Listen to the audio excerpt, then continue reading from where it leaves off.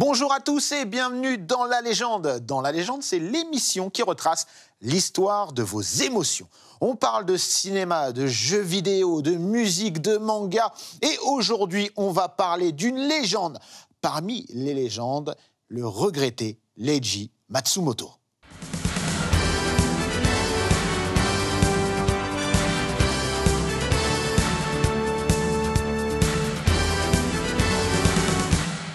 Et pour parler de Matsumoto Sensei, le regretté Matsumoto, nous avons avec nous de magnifiques invités. Claire, bienvenue, c'est ta première fois avec nous.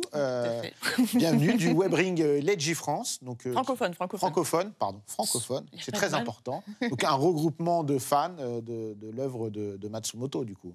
C'est ça, tout à fait. C'est une association de fans, enfin une communauté de fans, de sites. Et on unit nos efforts pour participer à des conventions. On fêtera nos 20 ans cette année, d'ailleurs, au Japan Tour Festival. Bon anniversaire. Merci. En avance. À tes côtés, nous avons Valentin Paco, journaliste, spécialiste du manga et de l'animé. Toujours un plaisir de t'avoir avec nous. J'ai mon siège. T'as ton siège, t'as ton duvet là et tout, ton petit oreiller. Donc très cool de t'avoir avec nous, comme toujours. Voilà. Et Julien, bienvenue de nouveau. Ça faisait un petit moment qu'on t'avait pas vu. Ma deuxième fois. Voilà, ta deuxième fois, deux circonstances. Tu es auteur, webmaster du site Triple 9. Et on peut le dire que tu as écrit un ouvrage. J'ai écrit un livre sur Matsumoto. Voilà, ça devait être un hommage pour ses 70 ans de carrière en 2023. Voilà, c'est devenu un hommage posthume par la force des choses. Voilà, mais il devrait sortir cet été aux éditions Inis. On attend avec impatience. Alors, mes amis, il est temps de rentrer dans le vif du sujet. Et je pense qu'on va commencer par la jeunesse de Matsumoto, parce que, en fait, cette jeunesse, on va le voir ensemble, va façonner plein de choses par la suite.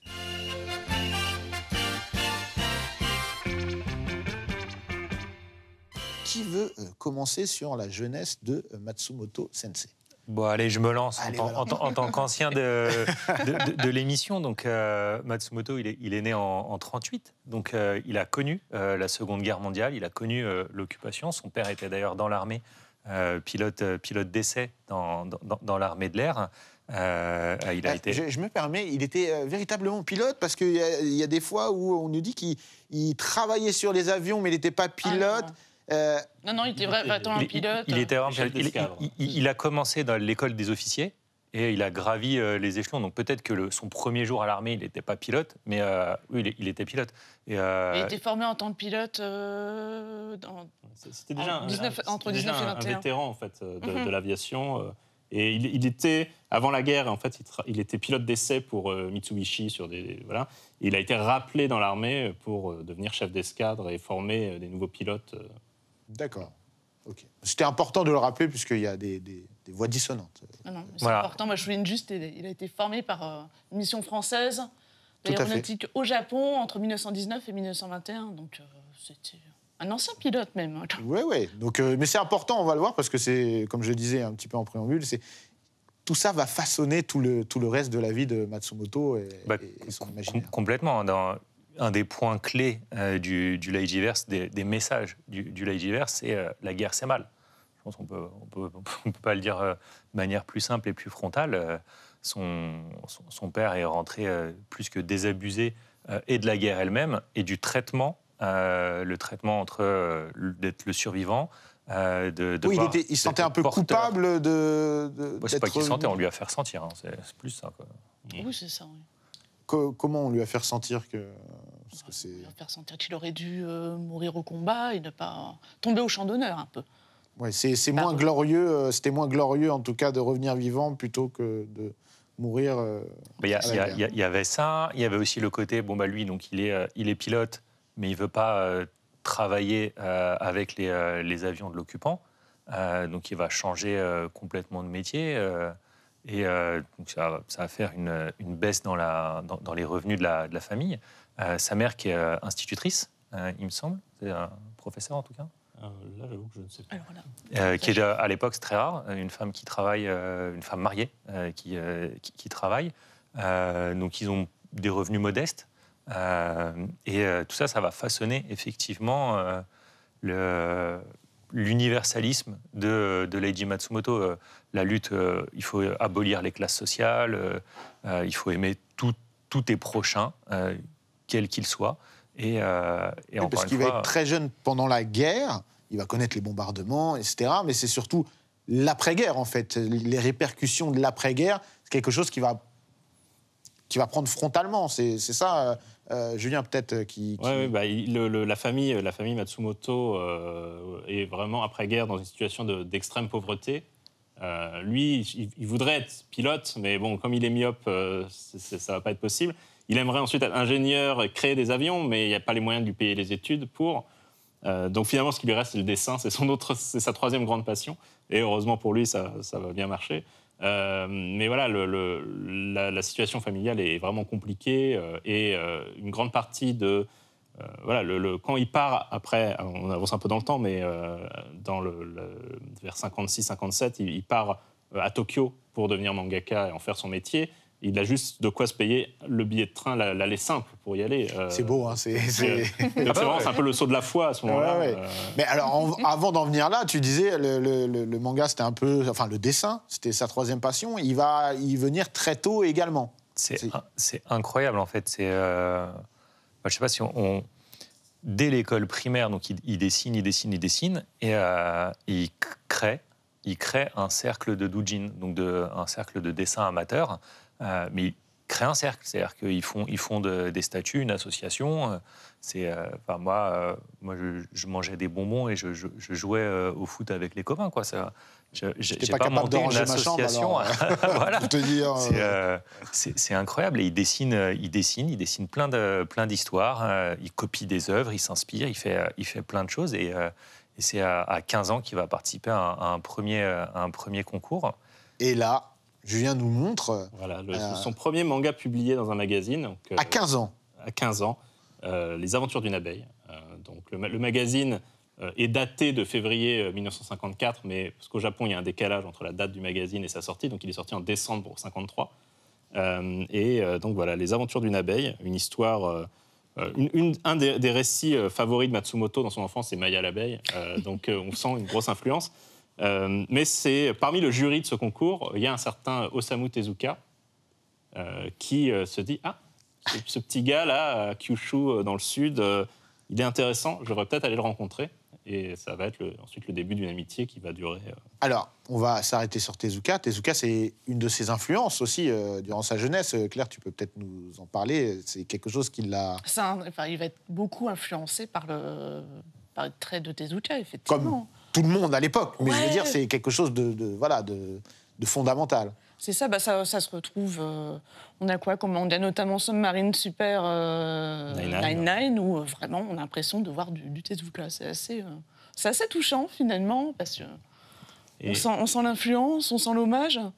Il avait dit aussi dans une interview, Tezuka, sa famille était pauvre, il empruntait des mangas au CDI, l'équivalent japonais du CDI, et c'était surtout les Tezuka qui étaient présents dans la culture manga, parce qu'il était déjà reconnu, adoubé, et il a bingé tout ce qu'il pouvait de Tezuka.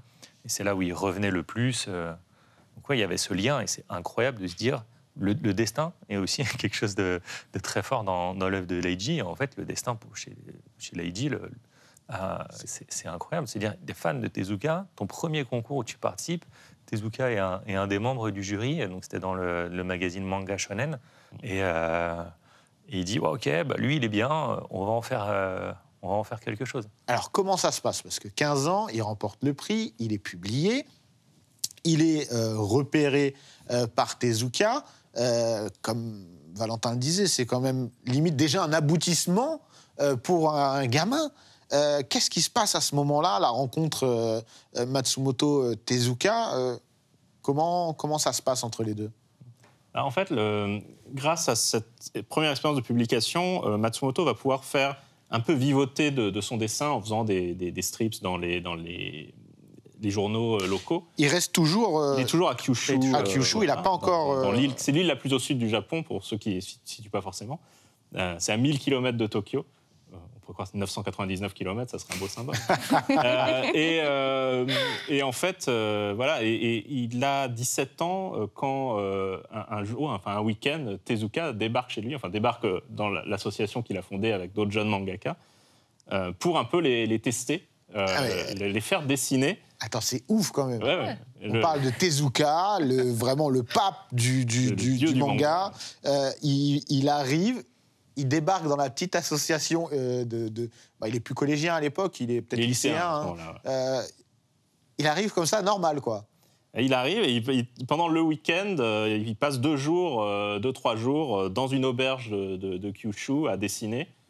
Et à la fin de ce week-end, Tezuka lui dit tu sais, il faut que tu montes à Tokyo. Voilà, ton destin, il n'est pas ici. Il faut que tu viennes à Tokyo, et c'est là-bas que tu pourras devenir mangaka. Et c'est là que Matsumoto va se dire, en fait, je vais mettre mes économies, je vais me prendre le billet de train, et puis faire ce voyage qui dure, à l'époque, en train, c'est 24 heures, pour faire...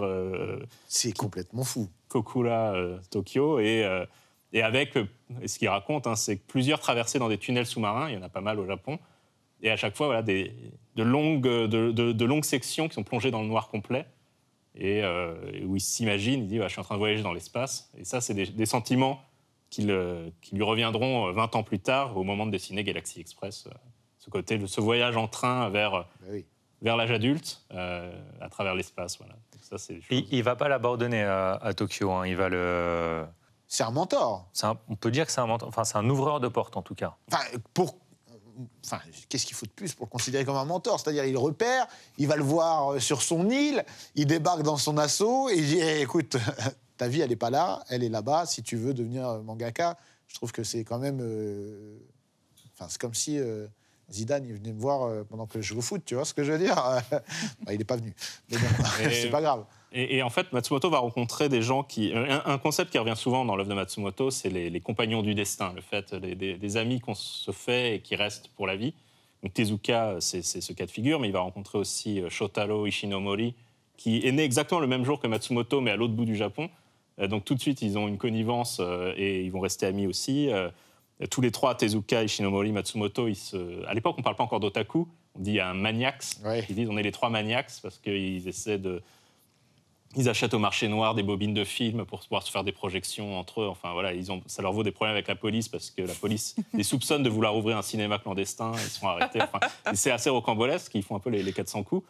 Ils rencontrent aussi Tetsuya Shiba, qui est plus tard l'auteur de Ashita no Joe. Et en fait, c'est marrant, c'est que Matsumoto a 1 an de plus que Shiba et donc va un peu, à son tour, le prendre sous son aile. Et un peu lui dire t'arrives à Tokyo, attends, je vais te montrer un peu comment ça se passe. Et ils sont restés amis. Quand Matsumoto est décédé, Tetsuya Shiba s'est exprimé en disant que c'était son plus vieil ami qui venait de partir. Quoi. Mais c'est quand même fou de voir à cette époque-là. Là, on est à la fin des années 50, c'est ça En 57, ouais. Voilà. Donc, on est dans une époque qui bouillonne un petit peu avec tous ces talents, mais de voir que il y a une certaine solidarité, fraternité déjà avec tous ces auteurs qui vont devenir légendaires par la suite. C'est quelque chose de peu commun ou c'est quelque chose qu'on va retrouver assez régulièrement par la suite ? On retrouve ces histoires de cercles d'amitié et de cercles de connivence qui existent encore de nos jours. Mais là, on est dans une période très spéciale parce qu'il faut rajouter le côté la galère. Julien le disait, il arrive à Tokyo, il a pas de sous, il va aller à la pension des mimosas, on peut dire presque, qui va l'inspirer pour son premier manga succès d'ailleurs. Il va être dans une chambre de 4 tatamis et demi, donc bien plus petit que ce studio. Et donc les copains, c'est super important. Ça permet d'échapper à une forme de misère du quotidien, l'évasion dans la création, dans se raconter des histoires, regarder des films, aller au marché noir pour se faire des projections. C'était pas seulement pour le plaisir d'être indépendant, c'est aussi parce que t'as pas forcément les moyens de faire une sortie au cinéma toutes les semaines et tous les trucs. On rappelle, il y avait les mangas de location à l'époque. On les louait, on les achetait pas. On les louait et c'était à lire sur place en fait. C'était à lire. On les ramenait chez soi et puis voilà, c'était un peu comme les mangas cafés où on dit je loue ce livre pour pouvoir le lire là pendant 1 heure ici dans la librairie. C'est une bibliothèque, mais pas à emporter, quoi. Voilà, donc ce qui force ça crée des liens un peu différents, parce qu'on est unis pas seulement par des passions communes ou autres, mais on est aussi ensemble dans la galère, quoi. C'est l'aspect social, oui, est très important à ce moment-là. Et justement, il vit de quoi, Matsumoto, quand il arrive à Tokyo? Alors, il fait il continue des petites tâches d'illustration, mais à ce moment-là, dans le manga, il y a quelque chose qui apparaît, qui se développe très fortement. C'est le manga shoujo, c'est le manga destiné aux jeunes filles. À ce moment-là, les éditeurs se rendent compte qu'il y a tout un public féminin qu'on ne touche pas vraiment avec les mangas, ou pas assez. Et on voit vraiment une explosion des magazines pour filles. Et pour des jeunes mangaka, qui sont à l'époque surtout des hommes, ça va changer très vite. Mais à ce moment-là, c'est encore principalement des hommes qui n'ont pas forcément la place de se faire publier dans les revues existantes. Du coup, dans ce coup, il y a un marché qui s'ouvre. Et Matsumoto et d'autres, et d'ailleurs même Tezuka va aussi dessiner des mangas shoujo. C'est l'occasion de dire il faut que je saisisse cette chance, même si c'est pas forcément le type d'histoire que j'ai envie de dessiner, mais ça va permettre de payer les impôts. Il est temps, je pense, d'ouvrir alors la période shoujo de Matsumoto.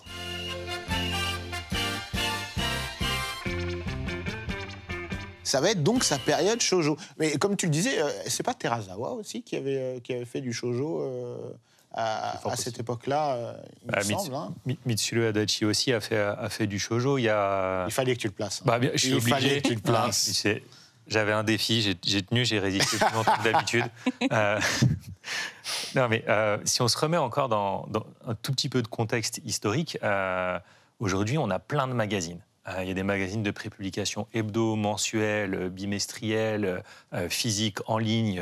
Il y a pléthore d'endroits où exister. À l'époque, à cette époque-là, le Jump n'existait pas encore. Oui, là c'était Kodansha Shogakukan qui s'était lancé dans le magazine purement manga, parce que le manga shonen qui existait avant n'était pas juste manga. On parle d'un périodique où il y avait 50 à 60% des pages qui étaient du manga. Le reste, c'était des histoires, des photos, vraiment un magazine un peu complet, mixte. Et là, ils se sont dit, OK, le manga est un médium qui marche. On va créer des magazines pour lancer le Shonen Magazine. Ça a été une course contre la montre. Ils se sont dit, Shogakukan va lancer un magazine mensuel, il faut qu'on en lance un. Et en moins de 3 mois, ils ont monté une structure juridique, une équipe éditoriale, et ils ont lancé. Donc, c'est pour montrer que c'était une époque, un champ des possibles incroyable. Tout allait très, très vite. Et ça a été la même chose quand ils se sont dit, le shoujo va marcher. Donc, il fallait recruter très vite des auteurs qui étaient déjà aptes à travailler et leur donner leur chance. Donc, c'était des gens qu'on avait déjà fait travailler dans ces magazines pour shonen, qui n'avaient pas explosé en termes de popularité, mais on sentait qu'ils avaient quelque chose. C'est pour ça que plein d'auteurs avec potentiel, qui avaient des histoires à raconter et un trait très, très sympa, on leur a dit, allez, va essayer là-dessus. C'était pas une punition, c'était pas autre chose, c'était une opportunité très forte. Alors, tu dis que c'était pas une punition. Matsumoto, comment il le vit, Claire, d'arriver à faire du shoujo? Est-ce que c'était une aspiration qu'il avait? Pas du tout. Est-ce que c'est quelque chose qu'il a aimé? J'en ai aucune idée, très sincèrement. Moi, quand j'ai vu, ça m'a toujours un petit peu laissé perplexe personnellement, mais ça correspond à sa rencontre avec celle qui est devenir son épouse. Mais oui. Tout à fait. C'est effectivement dans cette période-là qu'il fait la connaissance de Miyako Maki, qui pour le coup est une femme qui dessine du manga, qui est un petit peu plus vieille que lui, mais qui est vraiment une des premières à vraiment percer en tant que femme mangaka. Et ils se rencontrent par l'entremise de Tezuka, toujours Tezuka. Et en fait, le courant passe la légende, c'est le moment de le dire, dit qu'un autre mangaka qu'on ne citera pas, en fait, avait un rencard avec Miyako Maki, et comme cite-le.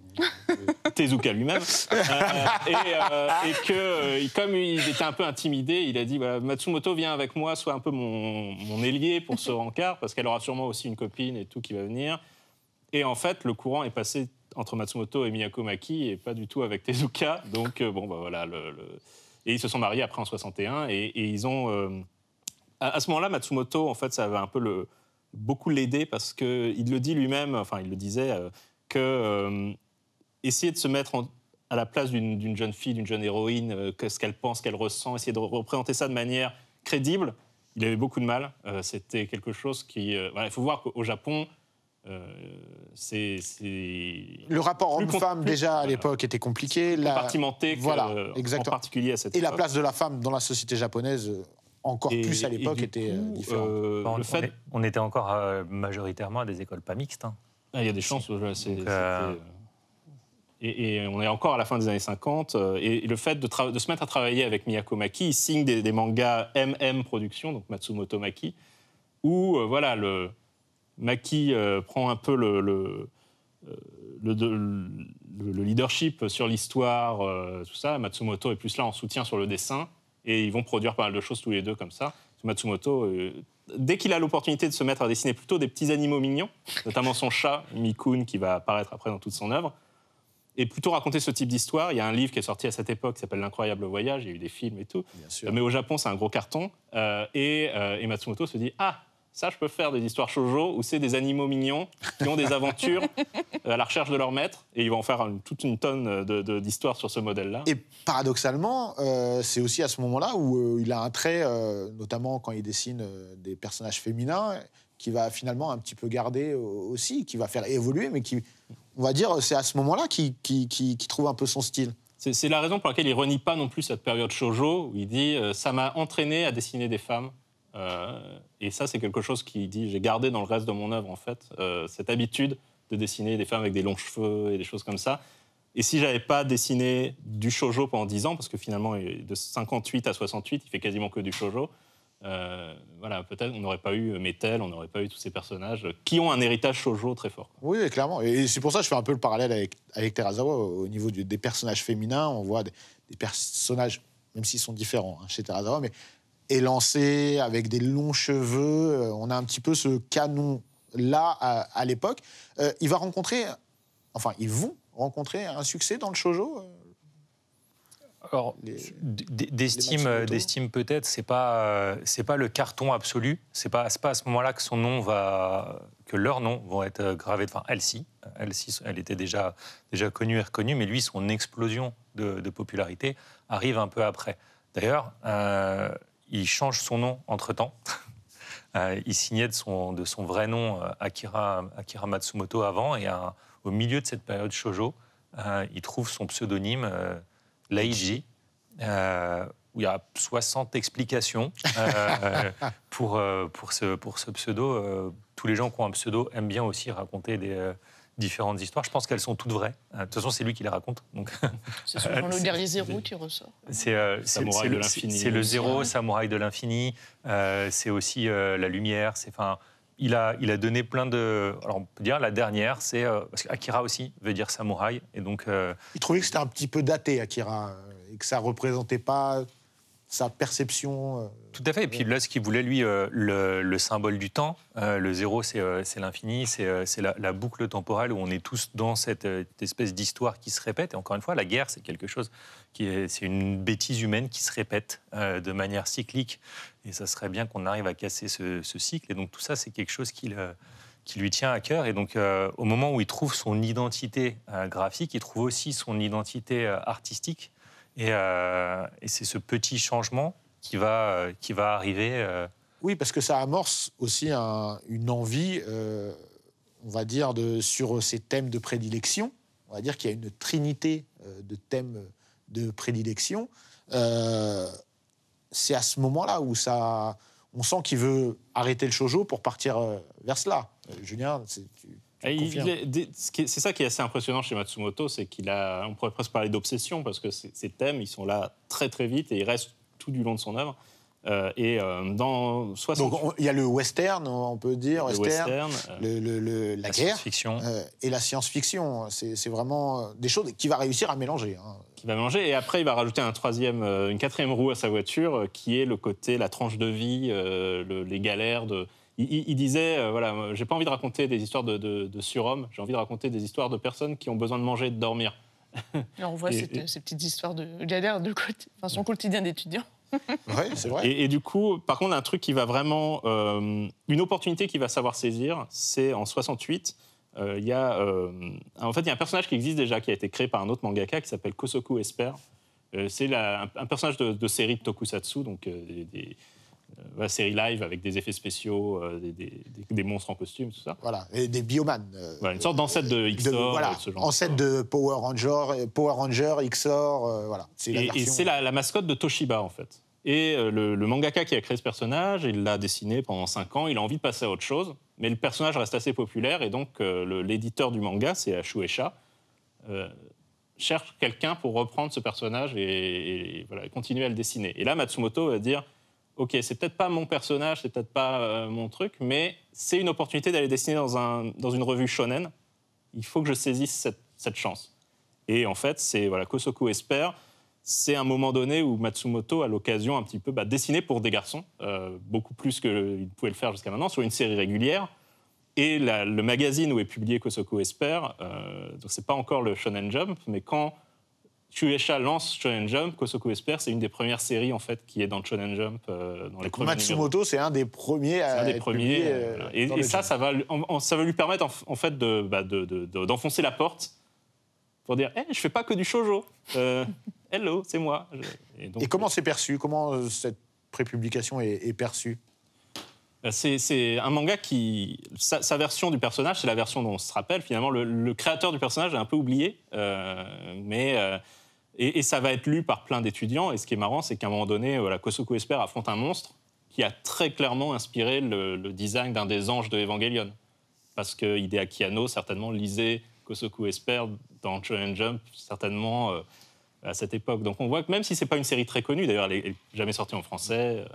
mais c'est quelque chose qui va le mettre un peu sur le radar des lecteurs de manga de science-fiction à ce moment-là. Et là, on est dans les années 60, là. On est en 68, ouais. 68. Donc il y a quand même 10 ans qui se sont passés depuis son arrivée à Tokyo. Tezuka, lui, à ce moment-là, il a pris encore plus de place dans le panorama du manga et de l'animation.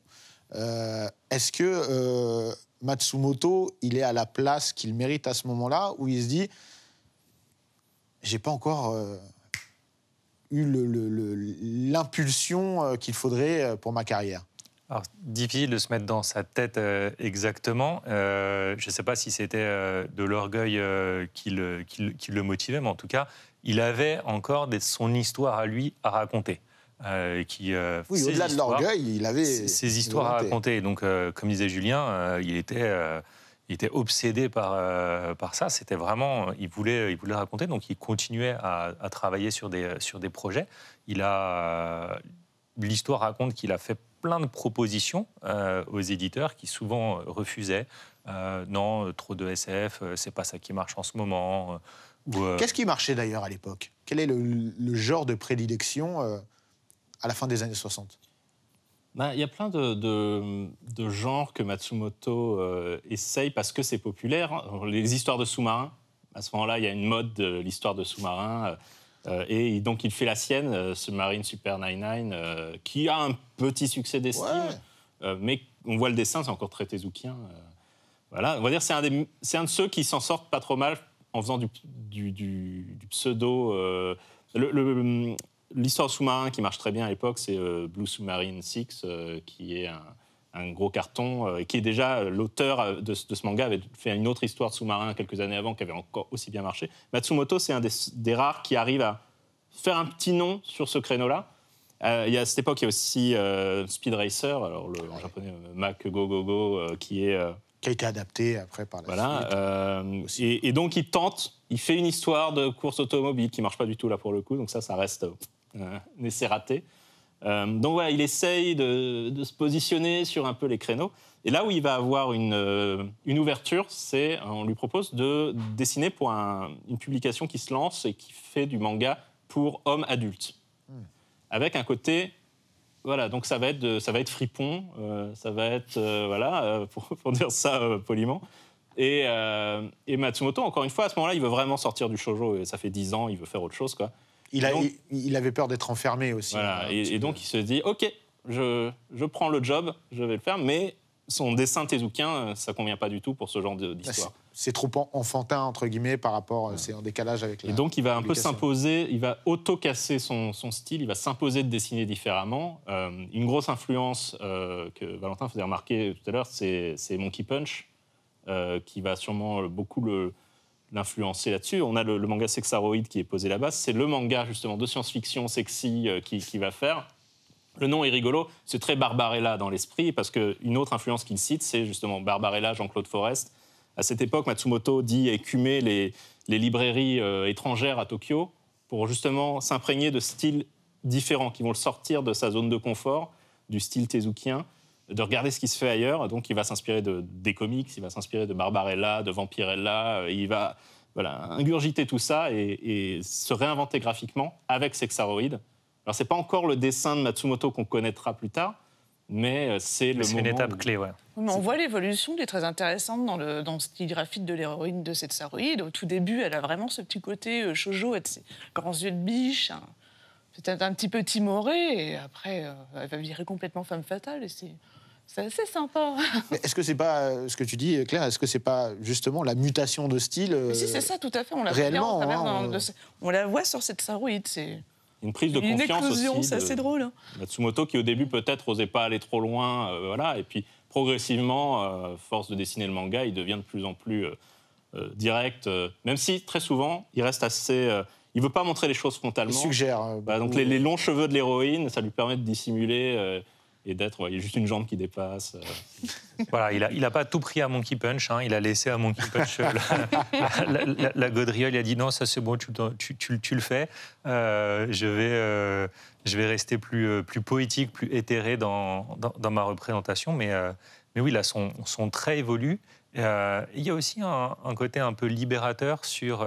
déjà, il arrive à publier de la science-fiction, ce qui est très cool, et il se rend compte que parler à des adultes, ça marche. C'est quelque chose sur lequel il est plus... Sans ça, où ça va le libérer, c'est ce que tu veux dire, où il va peut-être se permettre plus de choses.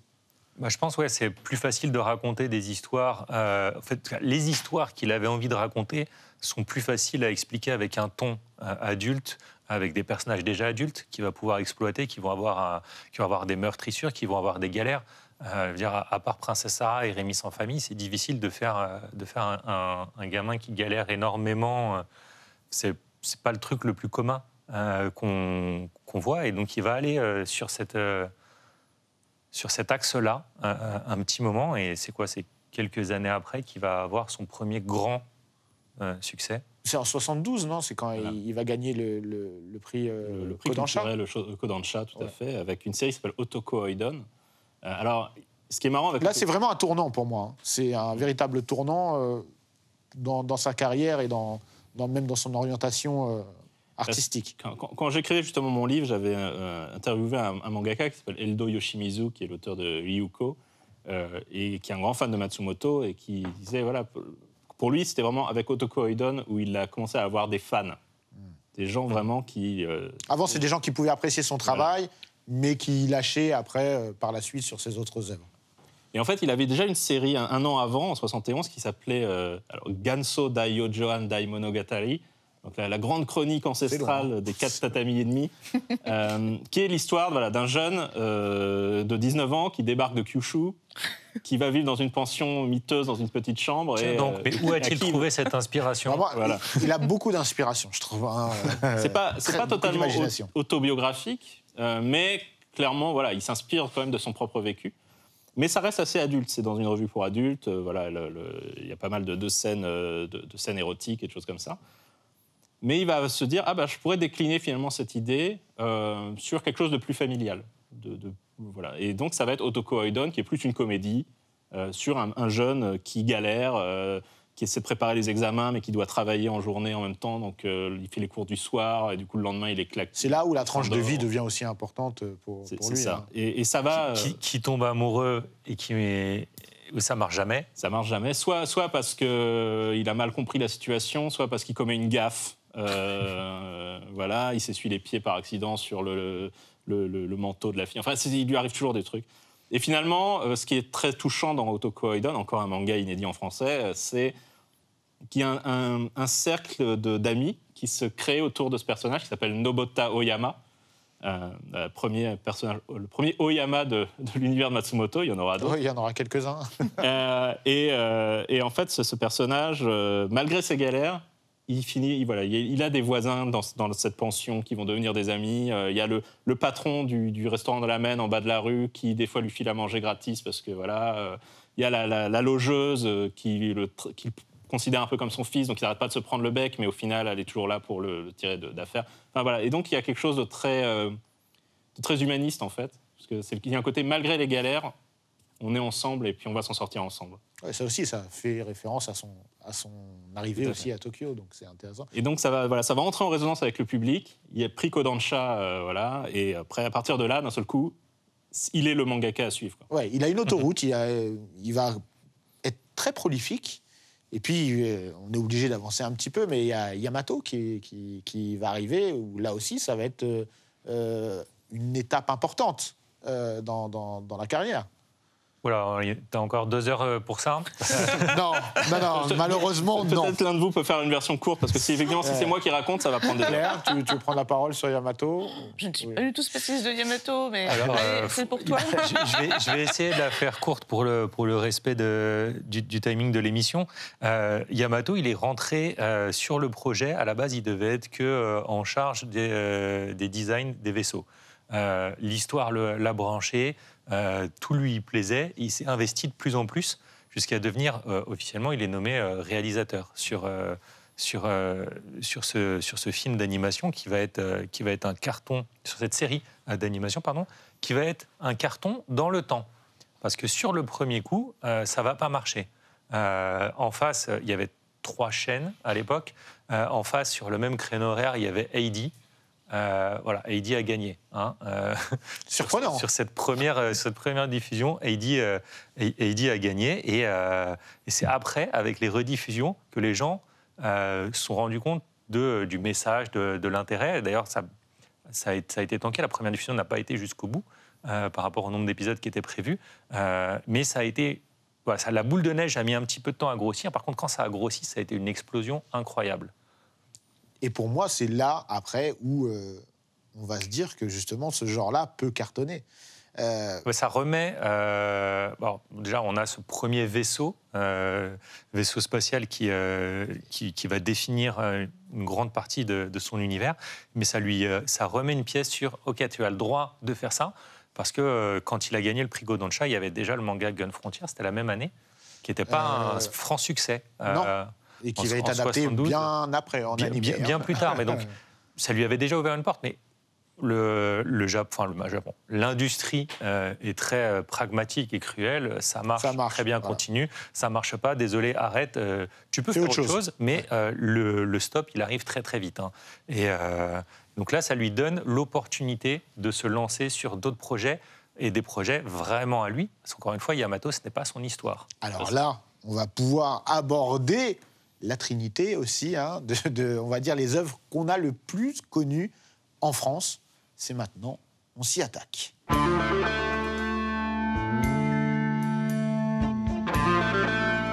Et oui, là, on va parler.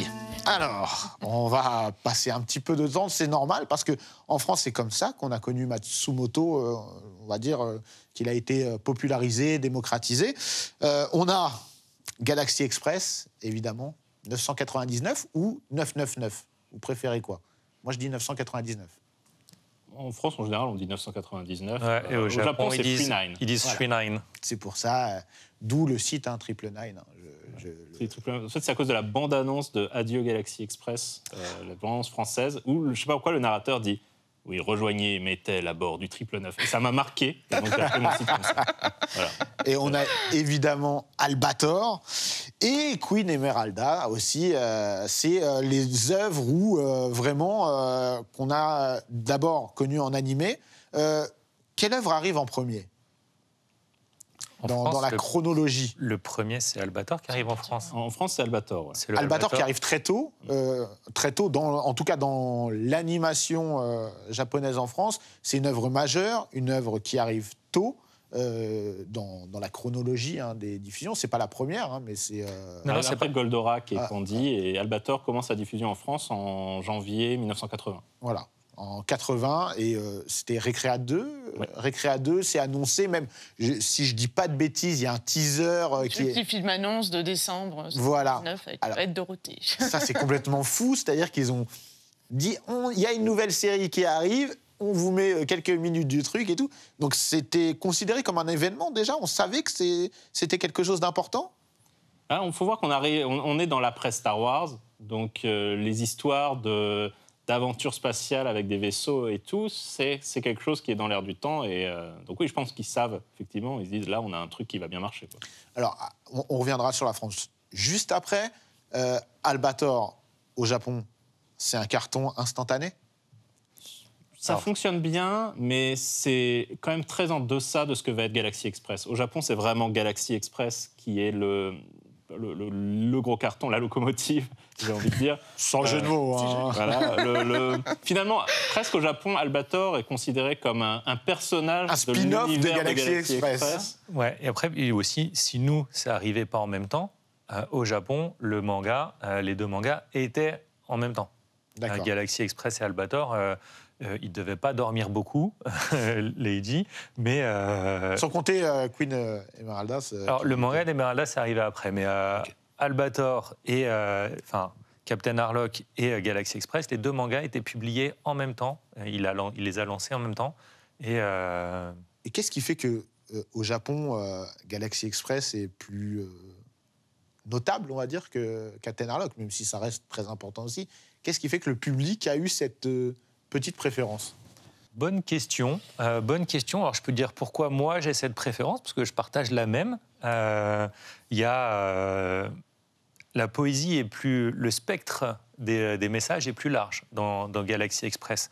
Donc, sans gâcher quoi que ce soit de l'histoire, c'est un roman d'aventure où un jeune garçon a un but et va vouloir traverser la galaxie à bord de ce train de l'espace pour atteindre son but. Et en fait, chaque étape, chaque arrêt, chaque station où il s'arrête va permettre de raconter une histoire, une aventure. Et je trouve que la narration est incroyable, honnêtement. C'est le format parfait pour Matsumoto, parce que Matsumoto n'a jamais été très bon quand il s'agit de planifier ses histoires sur le long terme. Là où il est vraiment à l'aise, c'est soit parce qu'il est sur des histoires très courtes, donc chaque histoire se tient toute seule et il peut passer à autre chose, soit parce que, et c'est le cas avec Galaxy Express, il a une idée de là où ça va, mais chaque chapitre, il n'a pas besoin vraiment de se demander... à chaque fois, il a ces trois personnages qui ont Tetsuro, donc le jeune garçon, Metel, la blonde mystérieuse, toute de noir vêtue, qui est vraiment son personnage emblématique au Japon, et le contrôleur du train. Et finalement, c'est les seuls trois personnages qu'on retrouve tout du long de l'histoire, puisque à chaque arrêt, c'est une nouvelle planète, c'est des nouveaux figurants qui vont disparaître aussi vite, en général. Et donc, pour Matsumoto, c'est vraiment parfait comme format, parce que... il peut aller dans des orientations différentes à chaque fois. Il peut vraiment dessiner ce qui l'inspire sur le moment, quoi. Et l'animé en France arrive après Albator, chez nous. Mais juste pour le plaisir, je pense qu'on va se remettre le générique, quand même.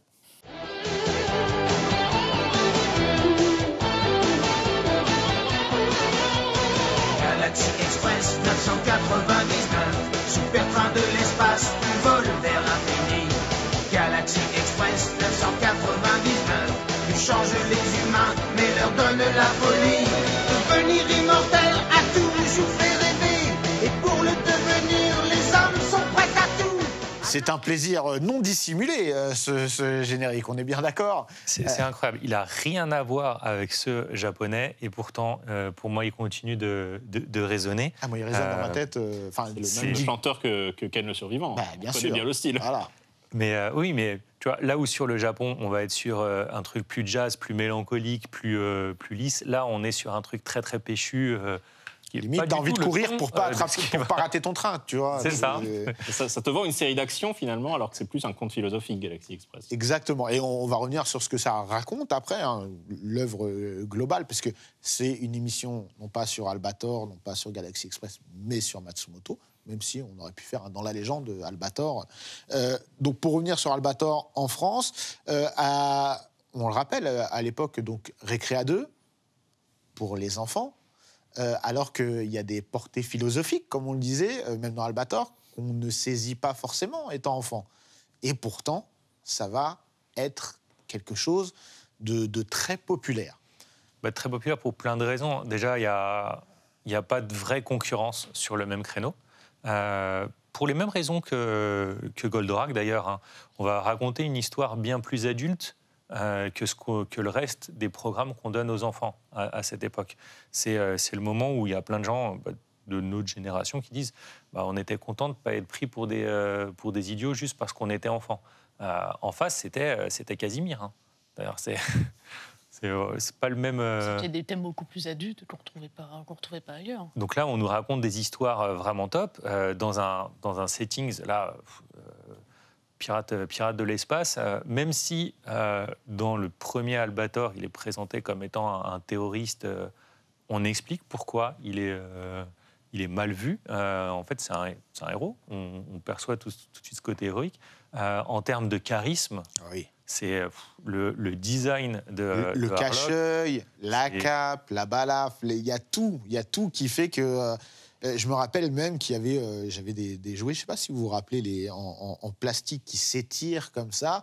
J'avais un Albator. C'était cible, hein. Ouais, exactement.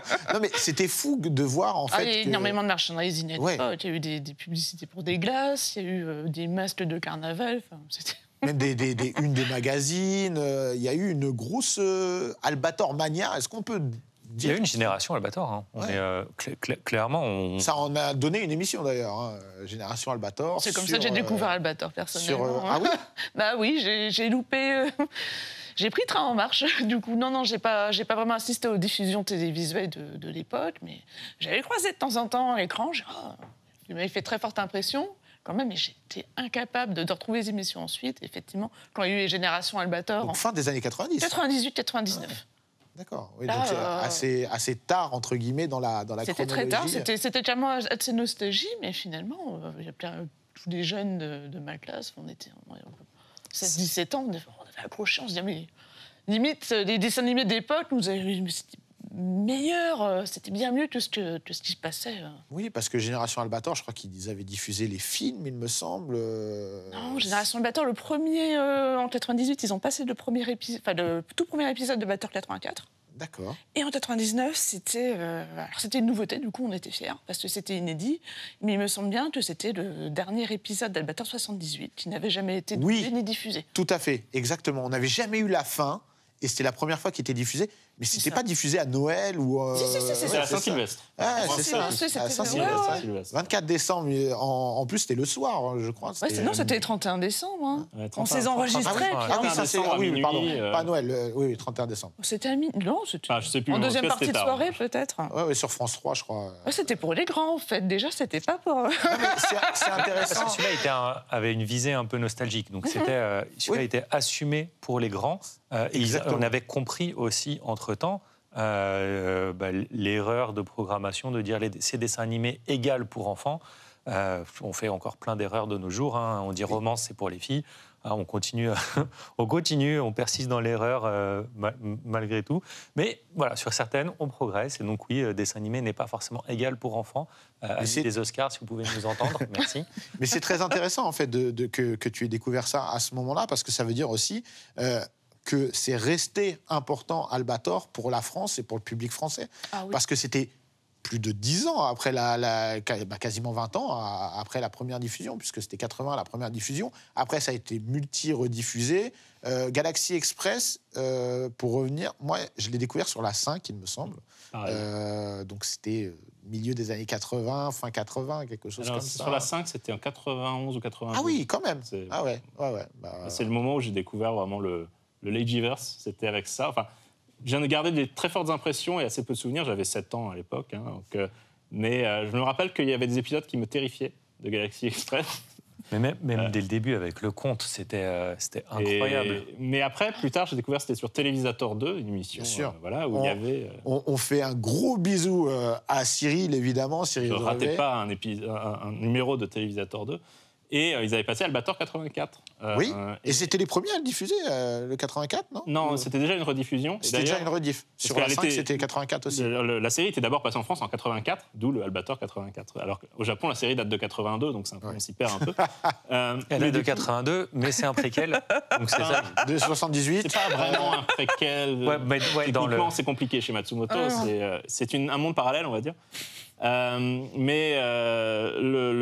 Du coup, quand il l'avait rediffusé sur Télévisateur 2, donc en 94, 93, par là, je pense. Ils étaient bien embêtés parce que le générique disait Albator 84. Donc c'est pour ça qu'ils avaient mis, pour ceux qui s'en rappellent, le générique de la série de 78 qui disait juste Albator, le corsaire de l'espace. Alors, attends, stop. On est obligé de se mettre le générique. Albator, du fond de la nuit d'or. Albator, Albator, de bâbord à tribord. Tu veilles sur la galaxie, sur la liberté aussi. C'était obligatoire. Mais du coup, voilà, il n'y avait pas de date associée. Mais moi, je me rappelle, même enfant, je disais, c'est pas le même style de dessin entre le générique et l'épisode, et le vaisseau n'est pas le même non plus. Il est bleu dans l'un, vert dans l'autre. Ouais, mais quelque part, ça se faisait te poser des questions, et tu disais, mais il y a plusieurs séries, en fait, il y a plusieurs époques d'Albator, je veux en savoir plus. Oui, parce qu'on rappelle, il n'y avait pas Internet, même si je pense que beaucoup qui vont regarder cette émission connaissent l'historique et ont peut-être vécu ça. Les plus jeunes, j'espère que vous êtes là quand même. Il n'y avait pas Internet, donc on était abreuvé par la télévision, un peu par la presse papier, mais ça n'en parlait pas trop à l'époque de savoir... Il y avait les débuts de Animeland. Oui. Voilà, d'ailleurs, on peut faire un big up à Yvan West-Lawrence, Animeland, qui a été l'un des premiers à faire des dossiers pour expliquer le Ladyverse, Albator, Galaxy Express. À cette époque-là, voilà, on a la connaissance, en tout cas, de Matsumoto, même si, en vrai, pendant très longtemps, c'est pas Matsumoto qu'on va connaître. C'est Albator. C'est Albator, c'est Galaxy Express. En France, on connaît très très peu les noms des artistes à cette époque. Le premier à vraiment avoir été connu pour moi, c'est Toriyama avec DBZ. C'est là où on a... Non, il y a Ghibli, évidemment, Miyazaki avec Ghibli. Même Akira, tu vois, on connaissait plus Akira que Otomo. Mais même aujourd'hui, je pense qu'il y a encore plein de gens qui citent l'œuvre avant de citer l'artiste. Et au Japon, ça apparaît presque normal. Hein. Les auteurs ont tendance eux-mêmes à s'effacer derrière leur œuvre, à être très modestes. Ce qui permet de mettre plus facilement le nom de Matsumoto, c'est que lui, il a vraiment son Leijiverse, qui fait que sur plusieurs œuvres différentes, on va voir un même univers, des mêmes personnages, des personnages récurrents, des problématiques récurrentes. Et c'est pour ça qu'on identifie. Oui, il y a des crossovers, il y a des choses qui sont connectées, comme tu le disais. C'est d'ailleurs assez peu fréquent à cette époque-là d'avoir 1, 2, 3 séries qui s'entrecroisent. C'est quelque chose qu'on voit rarement, non ? Ah non, mais c'est quelque chose qu'on voit pas du tout. C'est montrer le point, l'importance que Matsumoto a eu quand il a explosé au Japon. Il était partout. Alors là, nous, on l'a à rebours, Matsumoto et toutes ses œuvres. Au Japon, c'est une superstar dans les années fin 70, 80, c'est une superstar. Et puis... parce qu'il faut avancer dans l'émission, il nous reste peu de temps, ça va être aussi une période, paradoxalement, où on va moins le lire, on va moins le voir. Ses œuvres vont continuer à vivre, mais lui va se mettre un petit peu plus en retrait. Pourquoi ? Il y a un passage, dans les années 80, on voit très nettement dans l'animation japonaise, il y a un changement d'époque qui se produit avec les œuvres un peu pionnières, les Yamato, Albator, Galaxy Express, qui ont eu leur heure de gloire, disparaissent au profit d'une nouvelle génération d'œuvres, y compris des choses très inspirées, comme Macross, par exemple, que nous, on a eu en tant que Robotech en France, le gros sujet. Mais Macross, c'est très inspiré de Yamato. Mais du coup, Yamato, à côté de Macross, c'est un peu ringard à ce moment-là. Donc du coup... Parce qu'on ne perçoit pas non plus aussi, excuse-moi Julien, on ne perçoit pas non plus, que ce soit Yamato ou, comme on le disait, sur Albator, etc., au-delà de l'aspect graphique, de l'histoire principale, toutes les portées autres et les messages que ça véhicule peut-être, non ?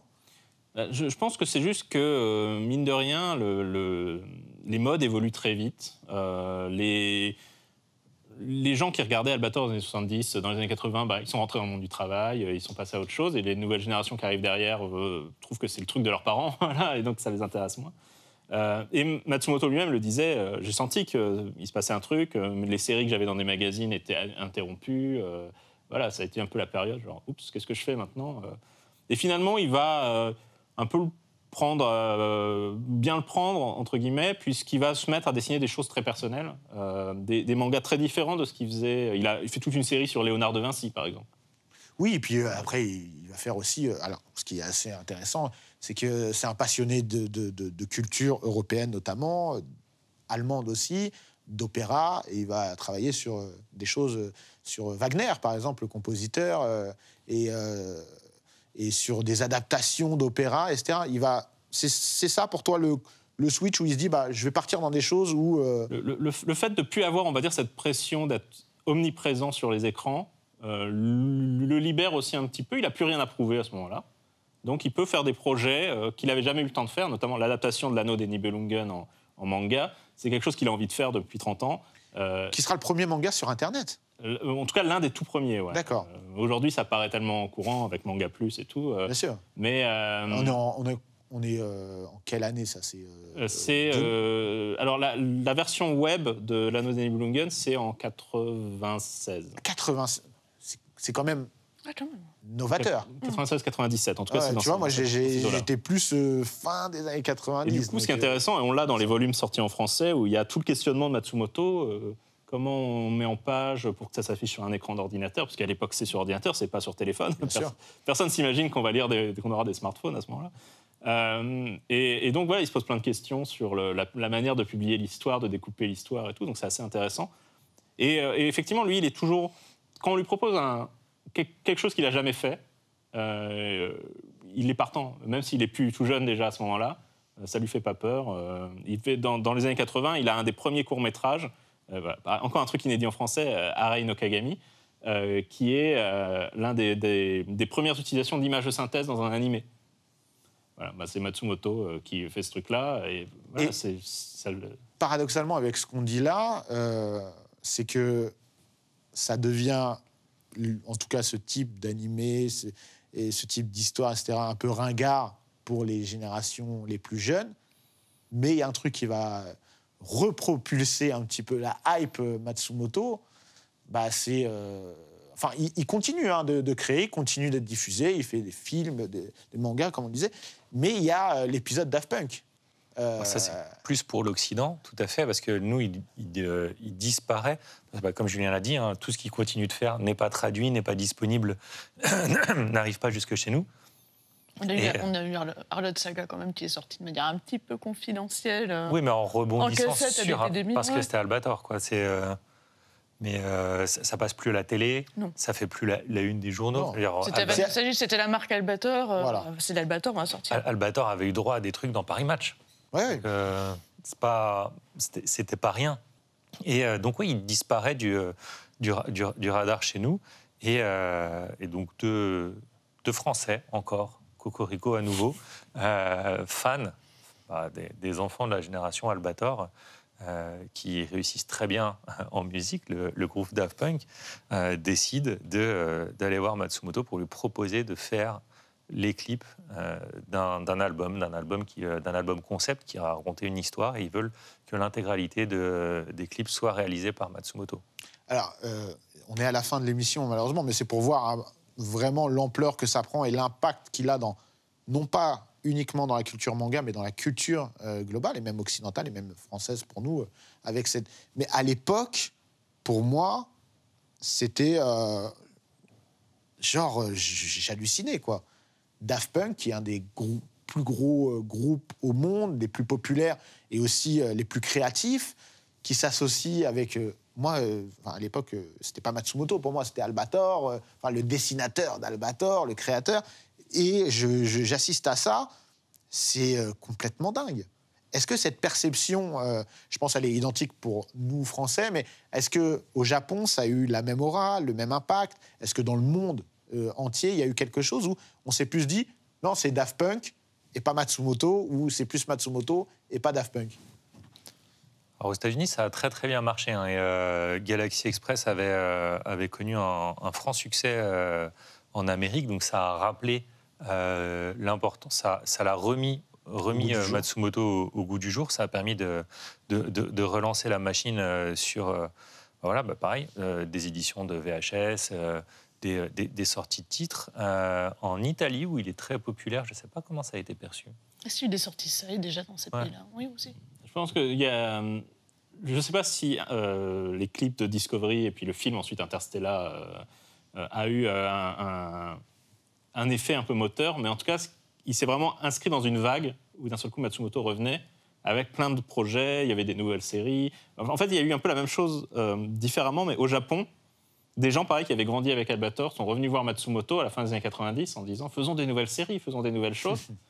Matsumoto était très content, ça a donné Queen Emeraldas, les OAV, ça a donné Cosmo Warrior Zero, pas mal de nouvelles Et des trucs très bien en plus. Hein.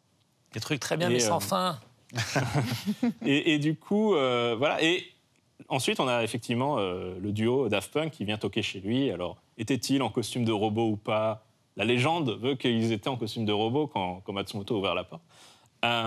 Et du coup, voilà, pareil, des gens qui ont grandi avec Albator, qui viennent le chercher et qui vont lui donner cette nouvelle vague, cette deuxième jeunesse. Et ça va entraîner plein de choses parce qu'on a la génération Albator en France, et dans la foulée, on a Harlock Saga qui arrive, et les éditeurs qui s'y intéressent à nouveau. Oui, Kana a édité beaucoup de titres. Voilà, les mangas qui arrivent enfin en France en 2003, 2004, avec Capitaine Albator, le pirate de l'espace, et non pas le corsaire, c'est une de mes marottes, cette distinction sémantique. Et voilà, donc chez Kana, qui a ensuite édité aussi Galaxy Express et plein d'autres titres. On en a encore plein d'énormes classiques. Au Japon, il y a Queen Millennia qui vient de ressortir dans une édition super luxueuse. Pour moi, c'est un titre majeur de Matsumoto, un titre qui a une fin en plus, et qui est toujours, à ce jour, non traduit en français. C'est très triste. Il y avait à nouveau une collaboration avec Rintaro, avec Endless Odyssey. Voilà, Rintaro qui avait réalisé Albator 78 et les deux films de Galaxy Express, Galaxy Express après, et Adieu Galaxy On pourrait faire une émission juste sur ça. Hein. Oui. Non, mais après, on assiste. Il y a un revival. Voilà, il y a un revival. On arrive aussi avec un film au cinéma, en CGI, 10 ans plus tard. Enfin, voilà. Il y a une décennie vraiment où on sent que on va dire 2001-2013, un peu plus de 10 ans, où Matsumoto a cette deuxième vague. Est-ce que pour conclure, on peut dire que l'empreinte de Matsumoto aujourd'hui, évidemment on le pleure, mais l'empreinte de Matsumoto, elle est au final toujours là parce qu'elle sera toujours rebercée par une nouvelle génération qui la remettra au goût du jour. Pour conclure. Complètement. Et alors, sa tragique disparition a permis de mesurer dans le monde entier cet impact. Quand on voit tous les mangaka, les animateurs qui lui ont rendu hommage, pour ici une anecdote, ici j'ai jamais dit mais je suis inspiré d'eux, vous avez marqué ma jeunesse, c'est incroyable. On a vu en Italie, on a vu aux États-Unis des réactions. Ça fait bien longtemps que je n'ai pas vu autant de réactions pour le décès de quelqu'un que je considère comme majeur et très important. On a eu Libé qui a fait sa une. Oui, je trouve ça incroyable. Sa une, merci Libération. Bon, on aurait souhaité plus. Ah oui. C'est vrai que Matsumoto avait été fait chevalier des arts et lettres par la France, et on s'attendait à peut-être une réaction du ministère de la Culture, et puis finalement, le silence c'est vrai. est un peu triste. Bon, en tout cas, il restera à toujours dans nos cœurs. Merci beaucoup pour cette émission. Ce n'était pas une spéciale Albator, encore une fois, c'était une spéciale Matsumoto, mais je pense qu'on se fera une spéciale Albator et Galaxy Express, etc., pour parler plus en détail des œuvres de Matsumoto, mais il était important de lui rendre modestement hommage. Merci beaucoup à vous trois. Merci. Et merci à vous de nous avoir suivis. On se retrouve très bientôt pour un nouvel épisode de Dans la légende.